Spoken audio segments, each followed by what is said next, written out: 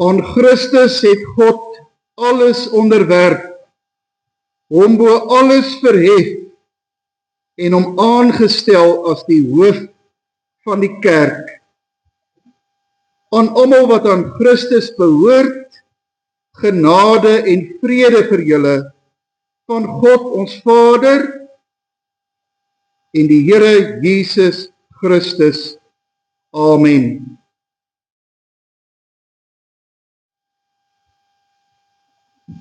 Broers en susters, ons het teen God gesondig.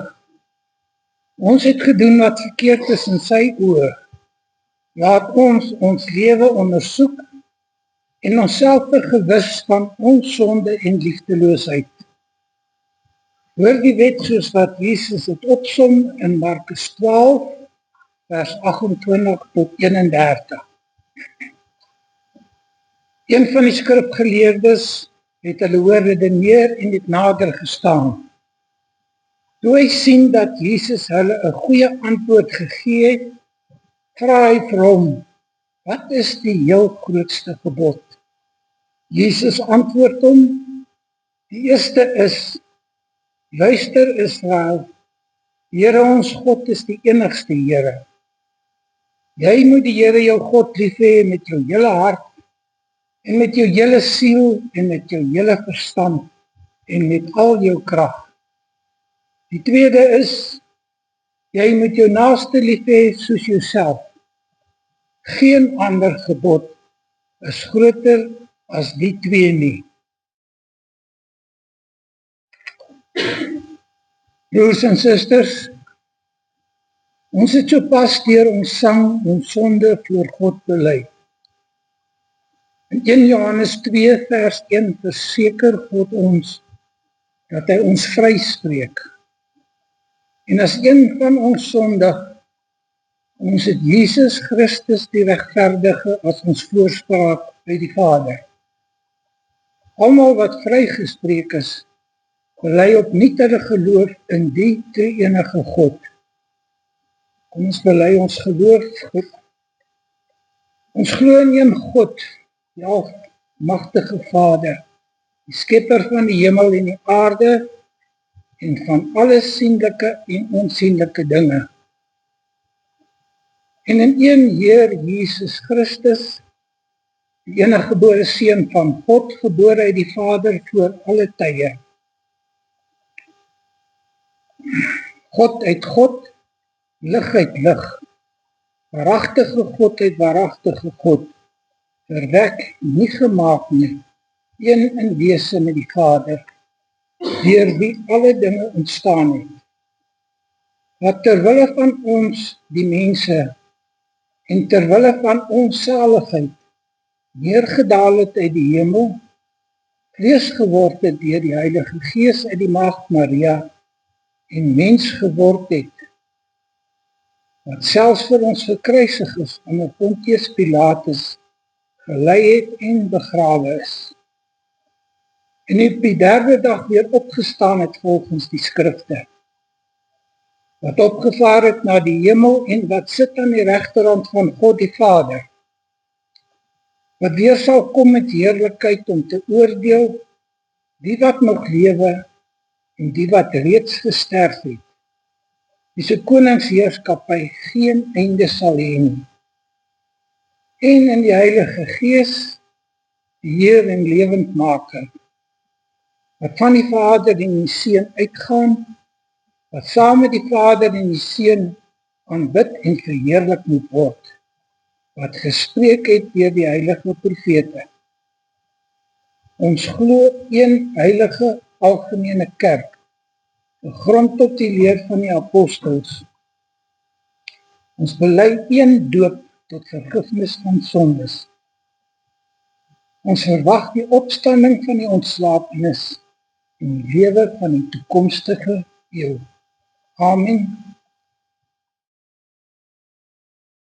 Broers en susters, kom ons word vir 'n paar oomblikke stil en vra dat die Here vandag ook weer die wonderlike volheid van die Bybel se inhoud in elkeen van ons se harte sal laat spreek. U kan net so bly sit, dan bid ons eers saam.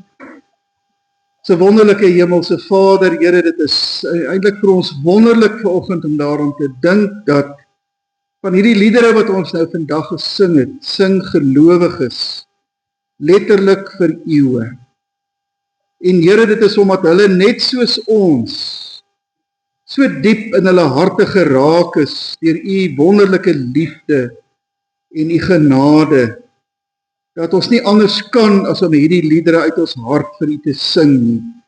Vanoggend is ons u kerk. Ons is gemeente van Jesus Christus en ons teenwoordigheid hier is 'n getuienis dat ons in u glo, dat ons u liefhet en dat ons hierdie geleentheid om te luister na u woord en vanoggend ook meer is dit om ook deur die tasbare, die sigbare tekens van brood en wyn in ons geloof versterk te word. Here, dat ons hierdie geleentheid graag vanoggend wil gebruik.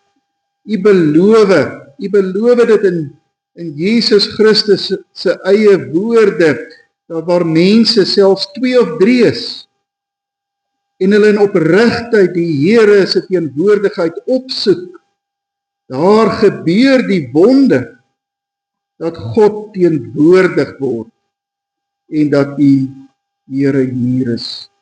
Daarom, Here, wil ons onthou, dat ons nou in die teenwoordigheid van God is, en vra ons, o Heilige Gees, vorm die woorde van ons prediking, om in die harte van hierdie gemeente van u, waarvoor u lief is, inslag te vind. Hoor ons gebed, Here, ons vra dit in Jesus Christus se naam. Amen.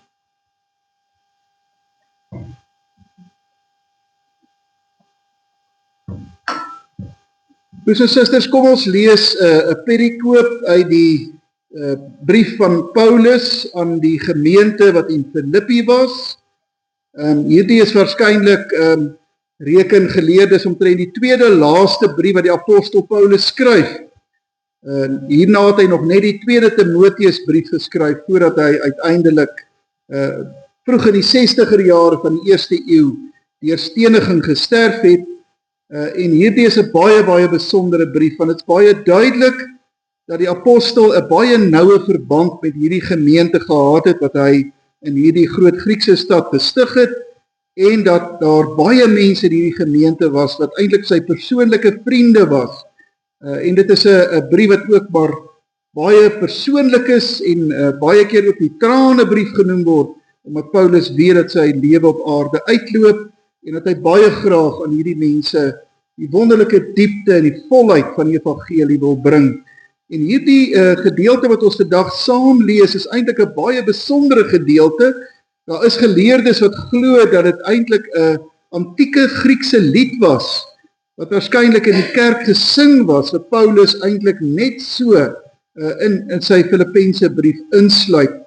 Hy wil graag met hulle praat oor hoe 'n mens Jesus Christus navolg, en dan dink Paulus, ek kan dit nie eintlik beter stel as in hierdie pragtige lied wat ons sing nie. So dit is eintlik 'n antieke Griekse lied wat net so in Paulus se brief ingevoeg is vanaf vers 5 tot 11 van Filippense 2, wat dan vanoggend ons skriflesing vorm. Dieselfde gesindheid moet in julle wees wat daar ook in Christus Jesus was. Hy wat in die gestalte van God was, het sy bestaan op God gelyke wyse nie beskou as iets waaraan hy hom moes vasklem nie, maar hy het homself verneder deur die gestalte van 'n slaaf aan te neem en aan mense gelyk te word. En toe hy as mens verskyn het, het hy homself verder verneder. Hy was gehoorsaam tot in die dood. Ja, die dood aan die kruis. Daarom het God hom ook tot die hoogste eer verhef en hom die naam gegee wat bo elke naam is, sodat in die naam van Jesus elkeen wat in die hemel en op die aarde en onder die aarde is, die knie sou buig en elke tong sou erken, Jesus Christus is Here, tot eer van God die Vader. Kom ons lees hierdie baie besondere gedeelte van die apostel Paulus uit die Filippense brief as God se ewige en onfeilbare woord. Dieselfde gesindheid moet in julle wees, wat daar ook in Christus Jesus was. Dit is die tekswoorde vir ons prediking uit Filippense 2 vanoggend. Liewe broers en susters in die Here, die bekende storieboek karakter Mark Twain maak erns die opmerking dat daar niks so neerdrukkend kan wees soos die stomme bevel wat van 'n uitmuntende voorbeeld uitgaan nie. Hy daarmee bedoel dat goeie voorbeelde, miskien mense na wie jy opsien, wat jy idealiseer, vir 'n tyd lank tot jou voordeel mag wees, jou lewe mag help vorm, maar dat daar 'n tyd kom waarin jy eintlik mateloos moeg begin word, omdat jy begin besef, ek sal hierdie voorbeeld nooit kan namaak nie. Ek sal hierdie voorbeeld nooit kan volg nie. En die eerste oogopslag is dit wat Filippense 2 vers 5 se uitspraak met 'n mens doen. Want die apostel sê, dieselfde gesindheid moet in julle wees, wat daar ook in Christus Jesus was. Dit moet, sê hy. 'n Mens wil vra, Paulus, is jy ernstig? Dieselfde gesindheid. Dit maak my by voorbaat lewensmoeg. Dit laat my eintlik op boetvoelloose vlakte sit, want ek sal nooit soos Jesus kan wees nie. Dit is 'n totale oorskatting en 'n algehele ooreising vir iemand soos ek, wat maar 'n vlees en bloed mens is. Want as ek lees hoe Jesus alles absoluut prys gegee het, hoe dit nie vir hom moeilik was om alles prys te gee in diens van die Vader nie. Hoe sal ek alles prys gee vir God? As ek lees hoe Jesus hom geskaar het by die magtelooges, eintlik by die uitgeworpenes in die samelewing, hoe hy heeltyd gevind was tussen sondaars en tollenaars en Samaritane, hoe hy sterf tussen twee misdadigers aan 'n kruis. Ek kan dit nie doen nie. Ek sou eerder graag die geselskap van invloedryke mense opsoek. Ek hou eintlik daarvan om my te assosieer met mense wat vir my daarom in die lewe iets kan beteken, want dit is mos nie wie jy is nie, dis wie jy ken. As ek lees dat Jesus gekom het om voete te was, ek wil eerder heers.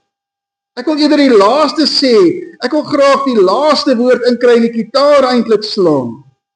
Nee, Paulus, Jesus is eintlik uniek. Daar was nog nooit iemand soos hy nie. Daar sal nooit iemand soos hy weer wees nie. En ek kan regtig nie soos Jesus wees nie. Maar geliefdes, as ons hierdie Filippense teks tot dusver in hierdie trant gehoor het, dan het ons dit eintlik nog nie werklik gehoor nie. As ons Paulus hier beleef soos 'n weermagkorporaal wat vir jou 'n opdrag gee om jou tot breekpunt toe te dryf, of 'n sweep waarmee hy jou in Christus probeer bykom, dan het ons hierdie teks nog glad nie verstaan. As ons hierdie teks lees, dat Paulus kom om te sê, wees soos Jesus anders, dan lees ons dit eintlik mis. Filippense 2:5 staan soos alle ander tekste in die Bybel binne die raamwerk, binne die omhelsing van God se genadige handeling met mense. Jesus wat ons in die evangelie tegemoet tree, is nie in die eerste plek 'n voortreffelike en 'n onverbiddelike voorbeeld nie. Hy is in die eerste plek, soos hierdie tafel vanoggend ook simboliseer, verlosser. In hom het daar iets gebeur met ons. Het daar vir mense 'n nuwe era aangebreek. Bevind mense hulle self nou in 'n totaal ander lewenssituasie, leef hulle deur die genade van God en onder leiding van die Heilige Gees. So Jesus roep ons nie bloot vanuit die verte op tot 'n gesindheidsverandering wat eintlik verskriklik moeilik vir ons as mense is nie. Hy kom en openbaar sy gesindheid aan ons en tegelyk skenk hy dit ook eintlik aan elkeen van ons. Die Nederlandse teoloog Noordmans het gesê, die evangelie vra van ons absoluut niks wat dit nie in elk geval eers aan ons skenk nie. Maar daarom vra die evangelie ook alles van ons, omdat dit alles aan ons skenk. Aan al God se opdragte gaan altyd eers sy genade vooraf.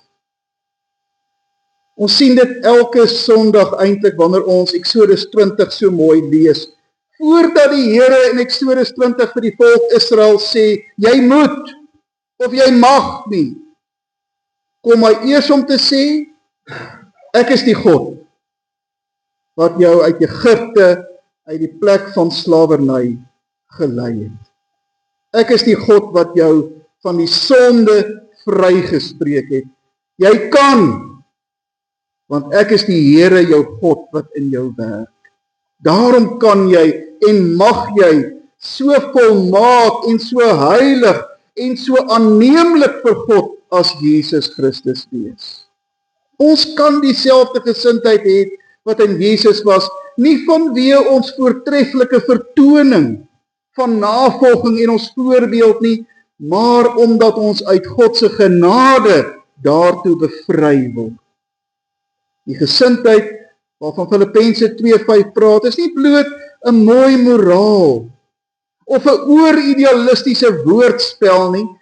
Dit praat van 'n goddelike gawe aan ons en daarom God se goddelike werklikheid in ons. Dit sê die gesindheid van Jesus Christus is bekend. Dit is geopenbaar vir almal om te sien, vir almal om te weet. Want ons sien dit in Jesus Christus. Christus, kom ons maak nou daardie beginsel vanoggend op ons lewens van toepassing. Kom ons stel ons nou voor vanoggend 'n wêreld. Ons leef in 'n wêreld waarin die gesindheid van Jesus Christus heers en dinge reël. Waarin mense besluit om teenoor mekaar diensbaar te wees. Waar mense na mekaar toe kom en sê, maar hoe kan ek jou dien? Hoe kan ek jou lewensgehalte verhoog? Wat kan ek doen om jou hartseer of jou vrees of jou kommer te verminder? Kom ons stel onsself voor 'n huwelik en 'n gesinslewe waarin die gesindheid van Jesus Christus heers en dinge reël. Wat kan ek doen om jou by te staan? Wat kan ek doen om jou te help en te ondersteun? Wat kan ek doen wat jou lewe beter maak? Stel jouself besighede en onderhandelings, die politiek en sosiale verhoudinge voor, in plaas daarvan om 'n wêreld te hê waar mense alles gryp, toe-eien vir hulle self, op hulle reg te staan. 'n Wêreld waarin mense eerder gee sonder voorbehou. 'n Wêreld waar mense nie meer magswelligs is en alles wil beheer en heeltyd in beheer wil wees nie, maar waar mense besluit, maar ek wil diensbaar wees. In plaas daarvan om die hoogste eer en erkenning al en roem vir jouself te soek, eerder die ander een hoër te ag as jouself. In plaas daarvan om so verskriklik eiewys te wees en al die antwoorde te hê, eerder nederig te wees. Martin Luther het dit so gestel, hy het gesê, 'n Christen, 'n gelowige, is 'n volkome vry mens. Hy's heerser oor alle dinge en hy's aan niks en niemand onderworpe nie. En 'n gelowige is 'n volledige, diensvaardige werker van almal, aan almal onderworpe. Albei is waar. Stel jou nou voor 'n wêreld waarin sulke mense leef. Dis 'n totaal ander wêreld. Dis 'n wêreld waarin God se reëls geld en ons ware mense word. Ons lees dan Filippense 2 vers 5 eintlik so. Eintlik kan ons dit 'n bietjie anders vertaal vanoggend met apologie aan Paulus. Ons kan eintlik sê dieselfde gesindheid moet in julle wees deur die genade van God, deur die vryspraak van God wat daar in Christus Jesus was. Die apostel Petrus verwoord dit in sy brief 'n bietjie anders.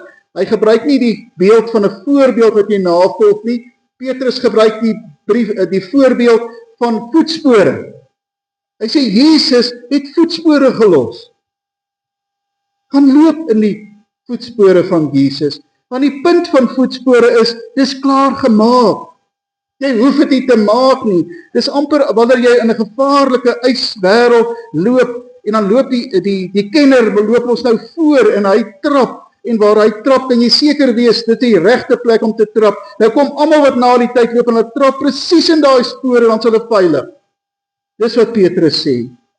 Om Jesus na te volg is nie nodig om groot spronge te doen dat jy in die hemel moet inspring nie. Dis eerder om dag na dag, treukie vir treukie, voetjie vir voetjie op die pad te loop waar Jesus vir jou sê, loop daar. Ek het reeds daar geloop, dis veilig vir jou. En terwyl ek so loop, kan ek opkyk na die voorbeeld, soos die Hebreërs skrywer sê, hy wat die begin en die volëinder van my geloof is, Jesus Christus die Here, wat saam met my op hierdie pad is.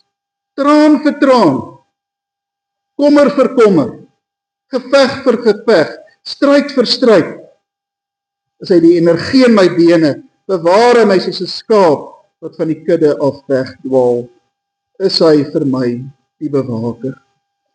Broers en susters, gaan stel u lewe net vir 'n oomblik voor, in u verhoudinge, in u lewe van die oomblik, waar u besluit, ek is diensbaar. Ek wil soos Jesus klein wees, nederig wees, omdat God deur sy liefde my daartoe bevry het. Mag die Here ons elkeen daartoe help. Amen. Kom ons doen 'n kort dankgebed saam.